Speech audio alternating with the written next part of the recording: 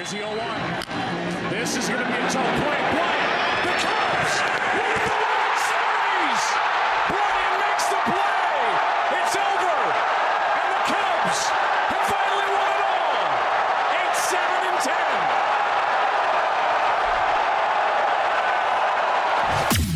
8-7-10. Welcome to Club 120.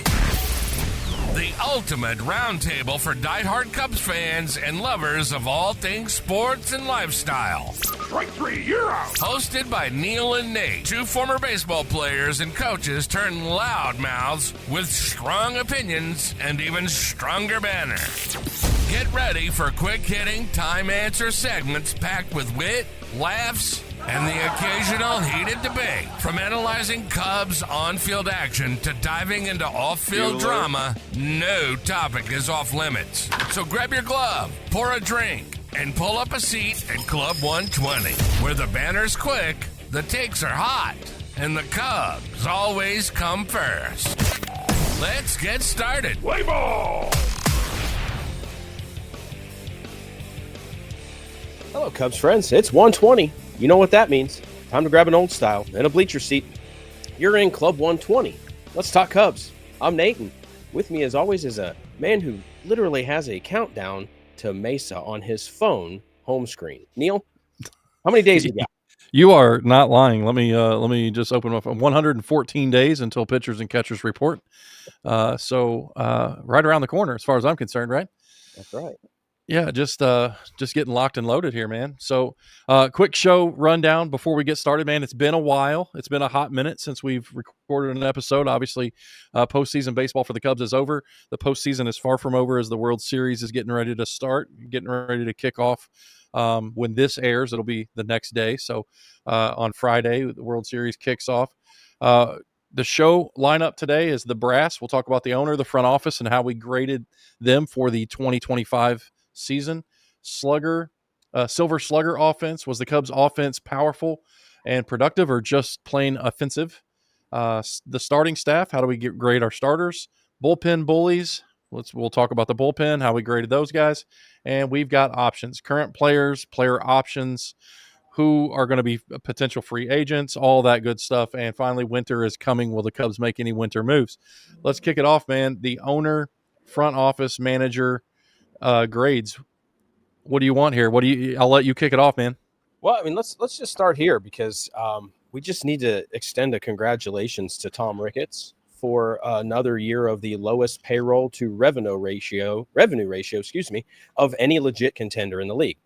So I'm looking forward to how he spends all those extra profits this winter. And I think that's going to pretty much sum up my grade for Tom Ricketts this year. Yeah, it's kind of, I don't really have a grade for Tom Ricketts. I mean, I don't really, he's the owner of the team. People are going to complain about whatever happens, whatever is done. People are going to complain about Tom Ricketts, right? Like, oh, he's tearing down two classic buildings and building a monstrosity, right? He's running his business and he's making money. That's what business owners do. That's what millionaires do. So, I really start the grading at Jed. And I got to be honest with you. I think this is going to be a shock to some people, but my grade for Jed is a B+. Like, I'm satisfied, man. Like, I mean, and listen, I was a straight C student, right? So a B+, that's like honor roll material for me, man. I mean, as far as I'm concerned, A's were unattainable when I was in school, but he did exactly what he said he was going to do, right? At the end of last year, he had the press conference, the postseason press conference, whatever you want to call it. He sat down and he said, we've got to get to 90. And he did it. He did it. He got to 90. He got to 93. He got to 93 under budget. He got it to 93, spending less money than he did the year before. He got to 93, losing your ace. Right. Yeah.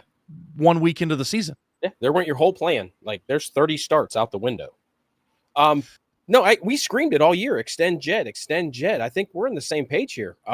In agreement. And I don't know if as the year went on, we found ourselves going apart on some things, but I think we've rode together on a lot this year. And that one was one that we got on early simply because it just felt like if we're going to build something for the future, then why not pay the guy that's building it? I joked it was a bet. I think Tom bet him.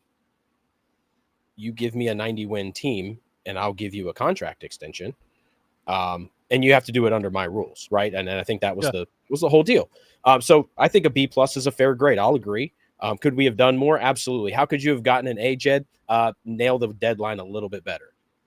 I think there's a couple of moves there that you're just kind of like, yeesh.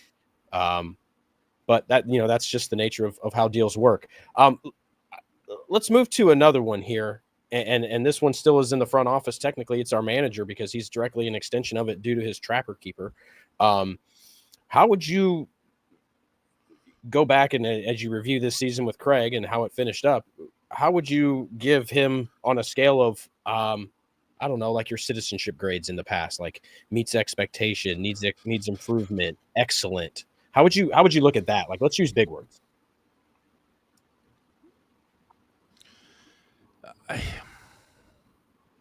I give you want to go next level grading. Here's what I give. I give Craig, and I don't mean any. I'm not trying to be offensive or controversial, but I give Craig an incomplete.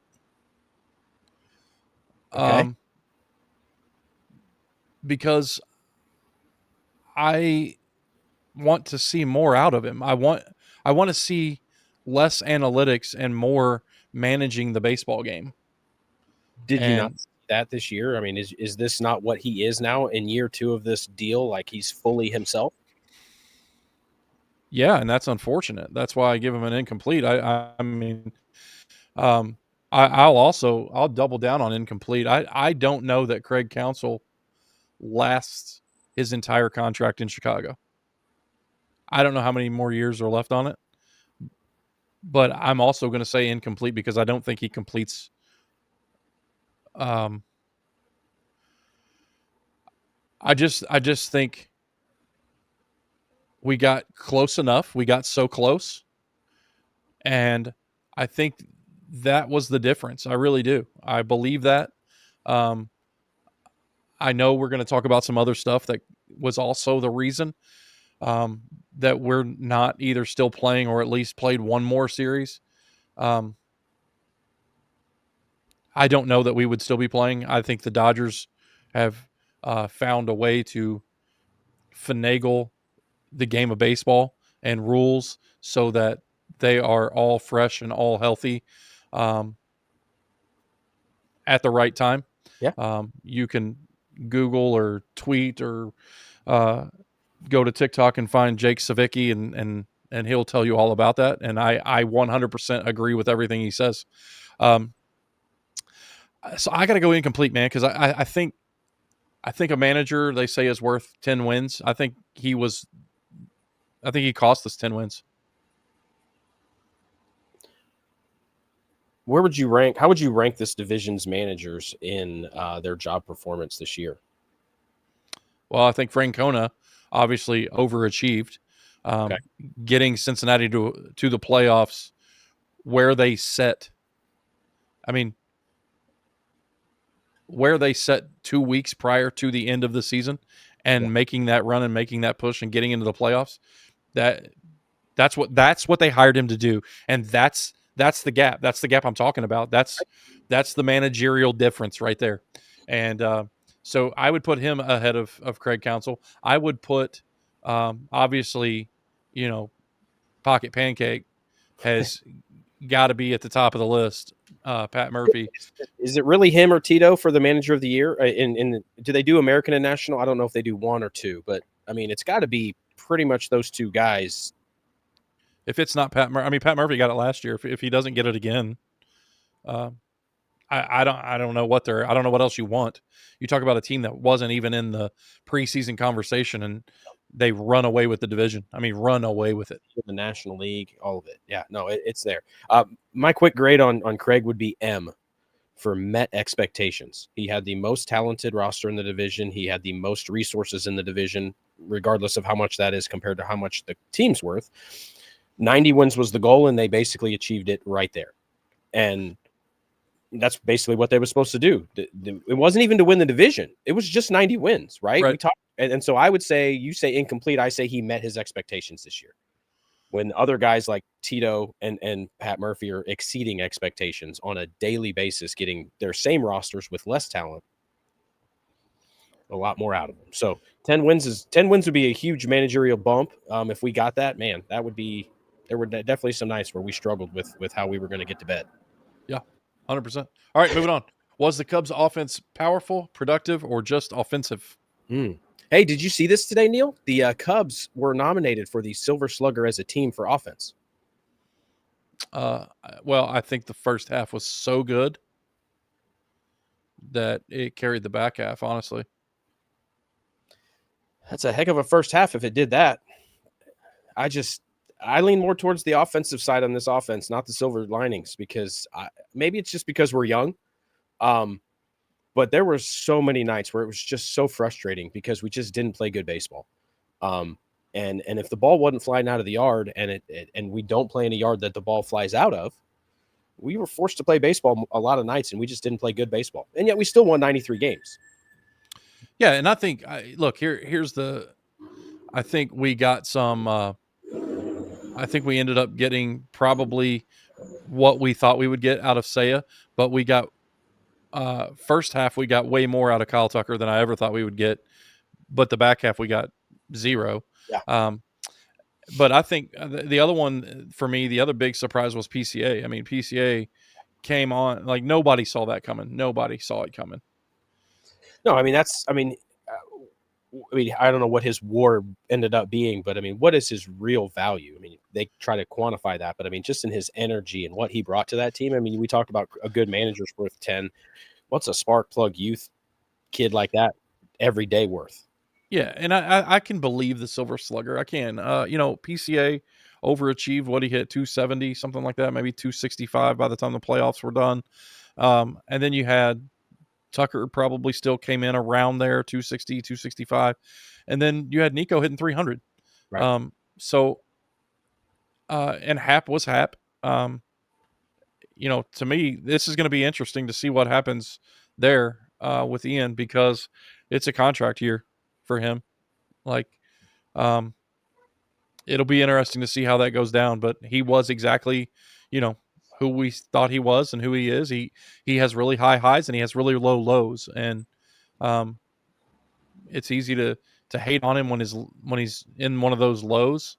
That's the hardest thing about statistics, isn't it? I mean, we watch a sport every day. We're vested for 27 outs, 9 innings, and yet we have to think in 600 at bats. And we poo-poo Jed when he gets in there and says, listen, the numbers, we're just letting the guys just work their numbers. And we know that the water's going to find its level. And we want to just throw the remote at the TV. And yet look at the statistics at the end of the year.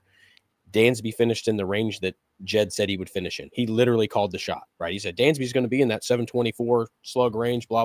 There he is. Like, I think he's 724 on the dot. Like, it sucks to be so patient. Right. But we have to live in we have to live in a 3 at-bat game. And sometimes that's hard to, think of in the long term. What was your grade then here, Neil? How do you grade this if you're giving our manager an incomplete? How do you check our offense right now? A C. Okay. I think, and I've looked over your notes, and so I don't want to steal your thunder, but I think the C is for the exact same reason that you're going to hit us with here in a minute. I think the situational hitting and that stuff's got to get better. We have to have. Here's the thing: every guy in the Milwaukee dugout is willing to lay down a bunt. Yeah. In the right situation. And there was too many games, too many times when, situational hitting. First off, we need to understand this, because there's a contingent of our audience that thinks every time we say the word situational hitting, they think we mean bunt. Right. I'm not over here saying we bunt every time, but situational hitting means doing the right thing when it counts. Like, hitting the ball on the ground to the right side of the infield. Right. That is situational hitting. Hitting a fly ball to the outfield is situational hitting. Right. It's not just laying down a bunt. Right. Not hitting the ball at the corners when the corners are in. And getting a double play from home to first and you're out by 37. Everything just happens. It's there. You're right. There it is. Situational hitting is the reason that the grade is a C, and we agree there. And I yelled about it all year, and it's very simple. The baseball gods demand it. They do. And I yelled it all the time over and over. And here's the one thing you watch this World Series. They hit behind runners. The Dodgers hit behind runners. The Dodgers grind out 2 out at bats. So when you say, oh, well, they're a $1 billion team, and well, Shohei Ohtani will go behind a runner, no problem. He probably leads the league in oppo singles and home runs. Weird. So yes, play the game the right way, and you will be rewarded. And that's all we're asking for over this offseason to improve is let's just get better situationally, because we can slug with anybody. Yeah, absolutely. I totally agree. Okay. Moving on to our starters. We were down an ace all year. How do you grade the starting rotation for the Cubs? Well, you can't get an A when you lose your ace. I think that's a hard one, because I don't think anybody else is just capable of it, right? I mean, that's 30 starts, and that's hard to replace. But dang, we tried. I mean, we tried real hard. Some kid named Cade Horton. I mean, what a blessing. And I think that's probably the best part of what we saw this year is that Cade Horton became a front of the line guy. And, I think the worst of it is another guy in that same group of young pups is Ben Brown with a 6+ ERA. But he was getting 6 runs a game. Remember when we broke that down? Run support? Yeah. Like the dude had 15 starts with over 6 runs that we gave him, and he couldn't stay in the rotation. So I think that's probably the best and worst of how it goes. And I would say it's a B. And given a few other things to talk about here, but that's really where I'm at is it was pretty darn good. Colin Ray gave you everything that you needed. And you got a young star named Cade Horton and an opportunity to be a rookie of the year, which is pretty cool. Yeah. Okay. So I like it, but I think I got to go worse than that. I got to go B-, C+. And I don't think it's, I'm not going to say it's not their fault. Here's my thing is durability. And I've coached for a long time under a guy who coined a phrase, availability is a skill.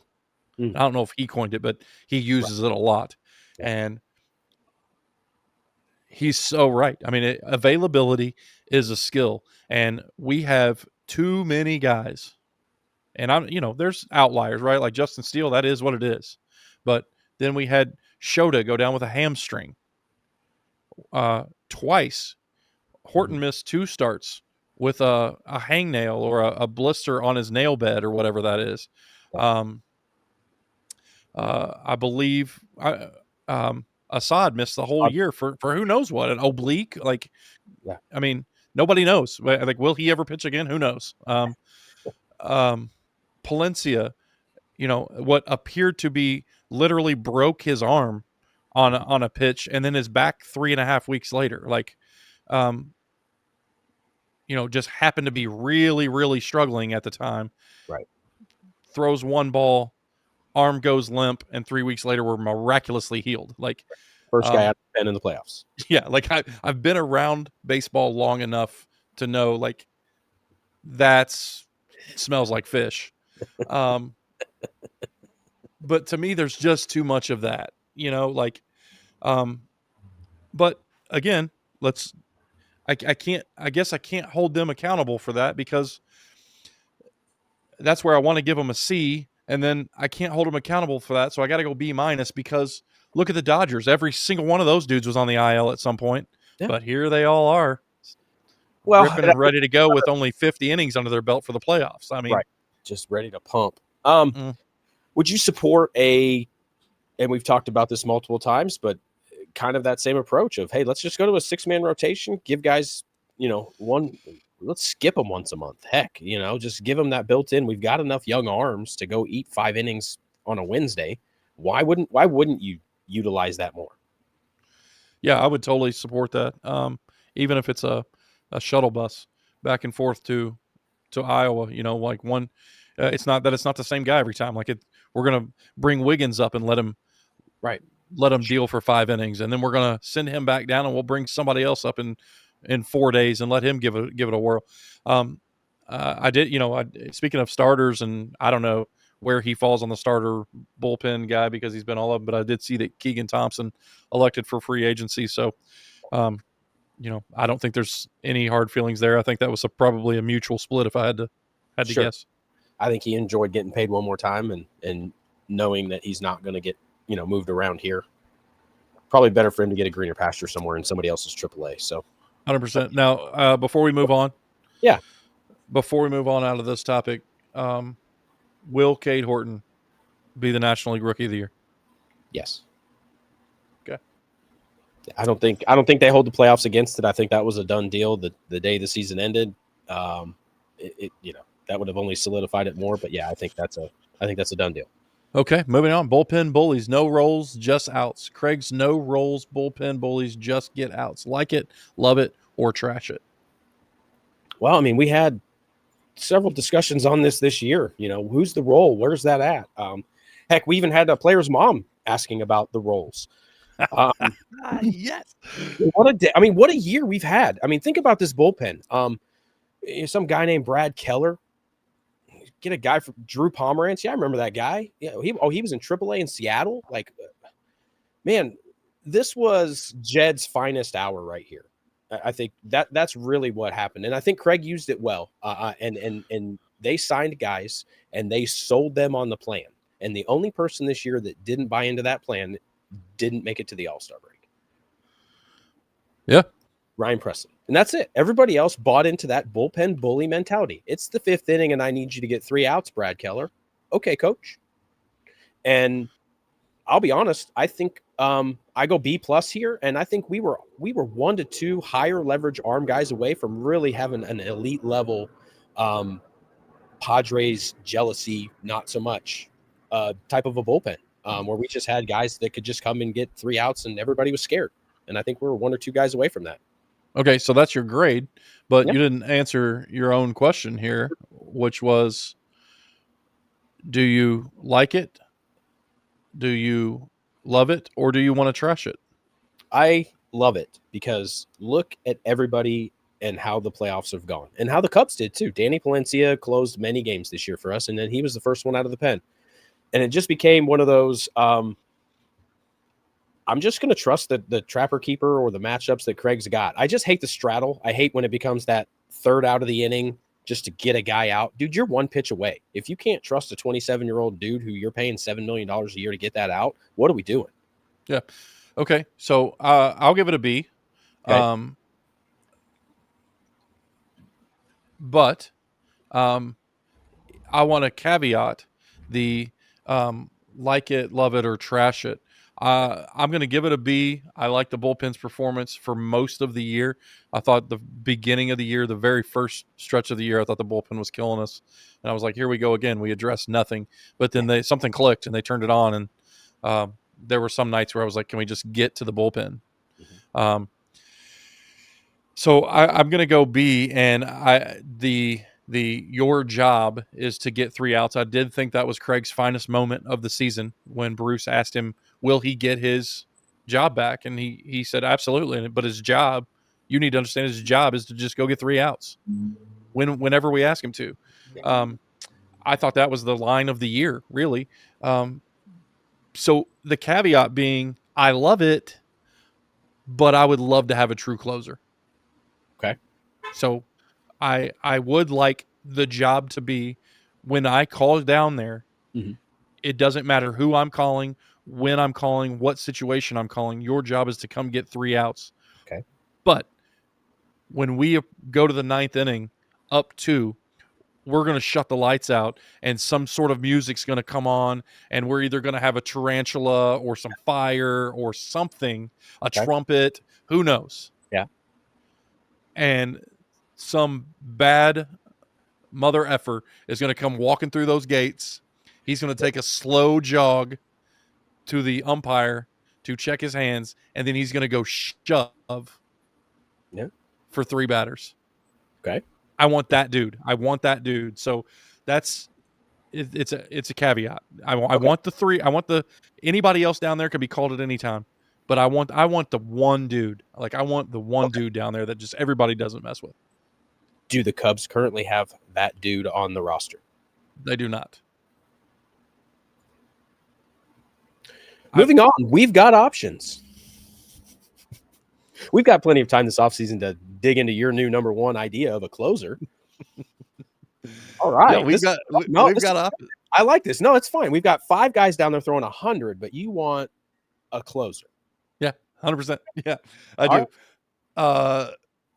Current team, player options, and who's earned a spot next year. Let's run it down. All right. Let's go quick here. There's a lot to unpack.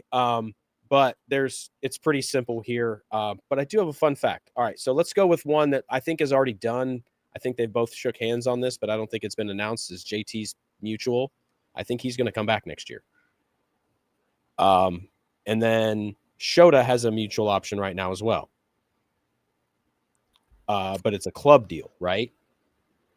Do you think the Cubs have to extend Shota? Yes. If they ever,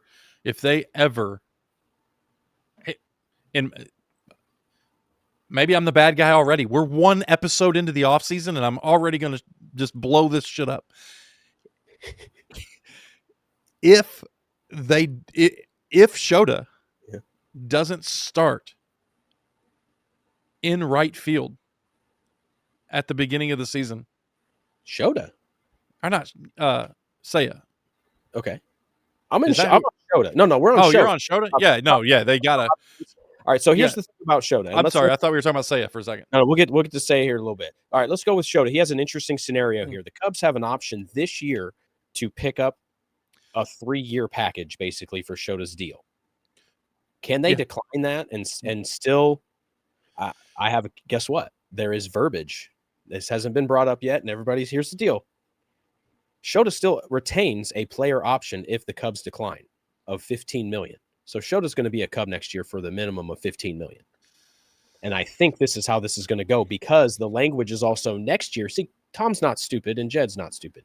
So that's this year. Next year, they can do the same thing and pick up 2 years, not 3.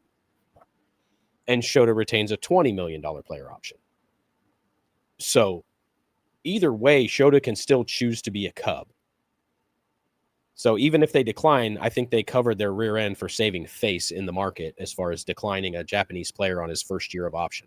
No, that's exactly what I was gonna. I think Shota has got to come back.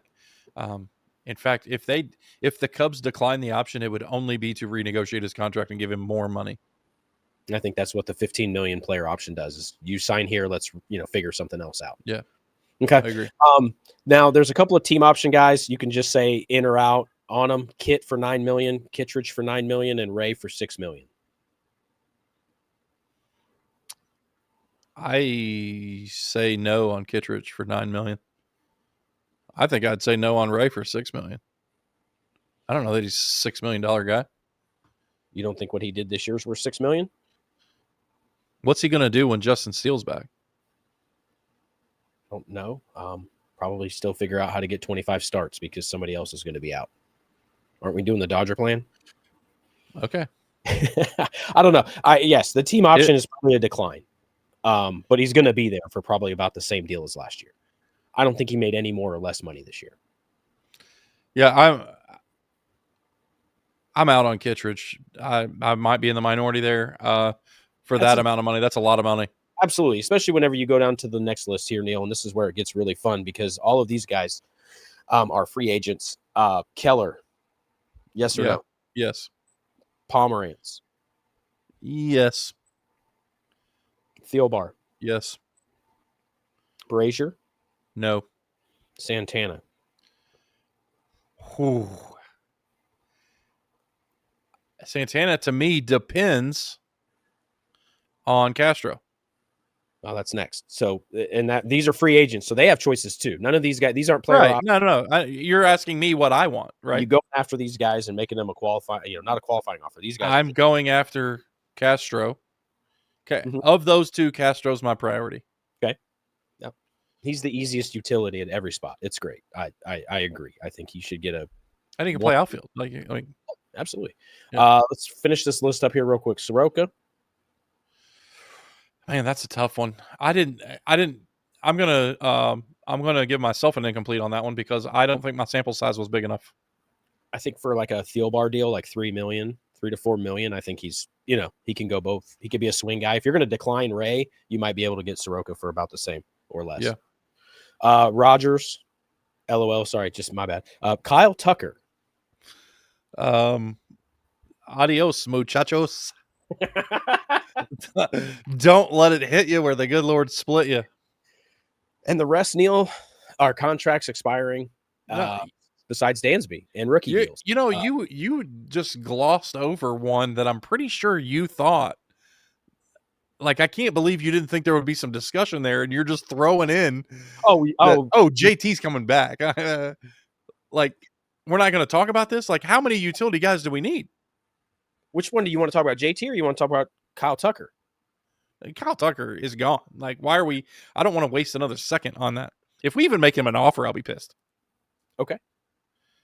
Like, in fact, I hope we make him an offer, and I hope it's like 200 for 10. Like a $20 million deal? Like, insult him. Okay. Like, this is what we thought of you. Unfortunately, I think they are going to offer him something to save face. I just don't know what the market is, and it's going to be so it's so tentative for me with that one. I would be absolutely terrified that he would take it. Right. Yeah. But I want to talk about your, I think this is already done, blah blah blah. Your JT comment. Sure. I think we've already figured out how it can work. Craig hates Michael Busch. This isn't a hard transaction. Like, just give him the same amount of at-bats. Let us all get pissed that Michael Busch is going to get stunted in his development again. Okay. And give him another 250 at-bats that way. Well, because I don't think that's going to be the case. I think next year's Michael Busch is Matt Shaw. I think Busch is your everyday first baseman. Okay. Maybe gets a day off once every 2 or 3 weeks. I'd love to see it. I think Matt Shaw is your guy who's platooned. Okay. And I believe that it is either Castro or Santana. Okay. I don't think JT is going to play third. No. So I would love to see JT back, not on a roster spot. Look, we said it. We pitched this. I don't know. What was it? He's an ambassador to he's phenomenal in the clubhouse. He's a phenomenal guy. He's great for the young kids.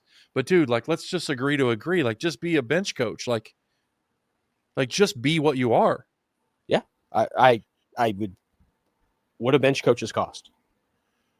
I don't care. Pay him what his salary is. It's just a way to get him off the payroll. Like, we're going to pay you because you're worth what we paid you. We're going to pay you the same amount. You just can't go into a game. Right. And you get to be comfortable. You don't have to put the itchy, scratchy uniform on anymore. You can just wear a pullover and some pants and call it a day. He can't get away with some of those shenanigans because he's not. He can do what he wants. Okay, I mean, I'd love to see it again. He would be you're right, a phenomenal bench coach, a huge asset. He was all year, but I think the all the shenanigans kind of have to change once you flip sides of that bench and you're staring at the lineup card before the media sees it. Okay, moving on. Winter is coming. Will the Cubs make moves this winter or keep the powder dry for the lockout ahead? What is this lockout you speak of? Oh man, that's gonna. We'll get to that here later. Let me run you some numbers here, Neil, that are kind of scary. But current payroll allocations with what we just ran down to just tie this back in is is 166 million for the Cubs. That ranks 9th. Okay. Projected total allocations by this wonderful website Spotrac that I look at. They're projecting the Cubs to spend about $186 million next year. Just for reference, this year's payroll was 213.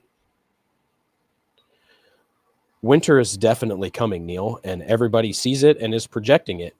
So I'm going to help everybody with their shock. the Cubs are going to not spend anything this winter, and we're going to be okay with it. And here's why. Do you believe, Neil, that you can get Tucker level production from Mo Baller and Owen Casey? I do. Okay. Do you believe there's a right-handed bat on the market that we can sign that would fill the 3-4-5 hole that we need? Yeah, I do. Okay. But I think we're so far off here. Really? Okay. Yeah, because I believe, just looking at potential free agents for the year, and I don't know if I sent this list to you, but looking at who is coming available, I believe that we will go get 2 dogs for the dog pound. Okay. Do you think 2 arms? Do you think money is being spent from an arm standpoint? I do. Okay. I think this summer we are going to dub it the arms race, because there is a lot of free agent arms coming available.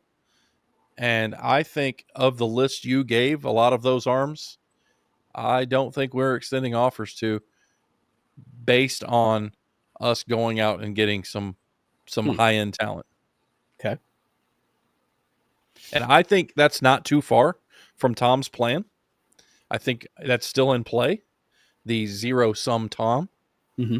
I think that if the only money on the books is on the bump, yeah, he's okay with that. Well, I mean, Dansby's the only one on the market on the books right now after 26, right? Which we have a whole year to dissect. There's a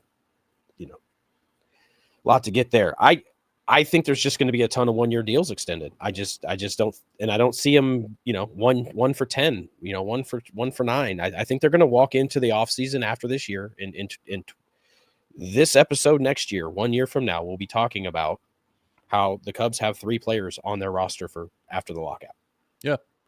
No, I agree. I mean, I think that's going to heat up after the All-Star break. We'll be talking almost every week about the lockout, I'm sure. And, I hope to God they get it. I mean, if they don't get a deal before the offseason, I think we're looking at a lockout.